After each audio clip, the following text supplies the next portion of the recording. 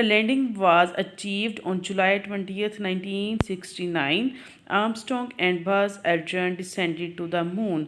They spent 2.5 hours exploring the surface of the moon.